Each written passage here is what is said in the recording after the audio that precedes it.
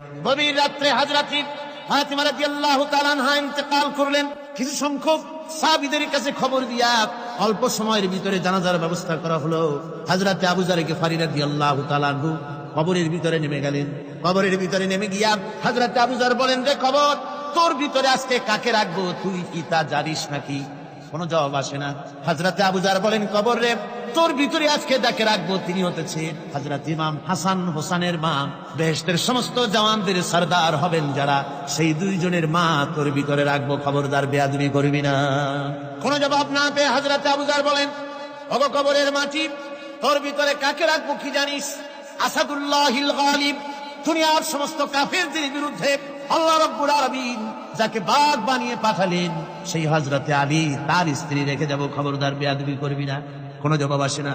হযরত আবু যর বলেন, কবরের মাটি, তোর ভিতরে যাকে রাখবো তিনি হলেন খাতুনে জান্নাত, বেহেশতের সমস্ত মহিলাদের সরদারিনী হবেন যে ফাতেমা, তারে রেখে যাব, তোর ভিতরে খবরদার কোনো বেয়াদবি করবি না।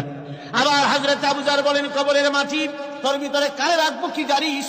তোর ভিতরে আজকে যাকে রেখে যেতেছি তিনি হলেন আখেরি জামানার পয়গম্বর বিশ্বনবী জনাবে মুহাম্মদ রাসূলুল্লাহ সাল্লাল্লাহু আলাইহি ওয়াসাল্লামের কলিজার টুকরা মা ফাতেমাকে তোর ভিতরে রাখবো, খবরদার কবরের মাটি বেয়াদবি করবি না।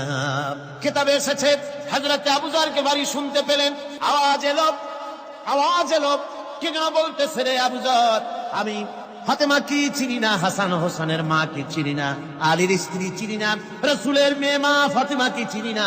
আমল যদি ভালো হয় আমার ভিতরে, আমল ভালো নিয়ে যে আসবে শান্তিতে থাকবে, আর আমল যদি খারাপ হয় আমার ভিতরে, তার অবস্থা চূড়ান্ত হয়ে যাবে। আমার ভাইরা, আমার বন্ধুগণ, আমলের উপরে ভিত্তি করে কিয়ামতের দিন নাজাত হবে। আমল যদি খারাপ হয়ে যায়, কিয়ামতের দিন কেউ তাকে বাঁচাতে পারবে না।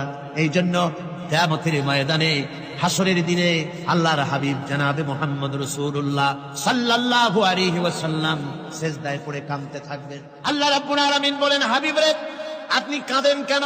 আজকে তো আপনার কাঁদার দিন না, আমি আপনাকে মাকামে মাহমুদ দান করেছি, আমি আপনাকে কাউসার দান করেছি, আপনার আজকে সম্মানের দিন, মর্যাদার দিন, কাঁদেন কেন?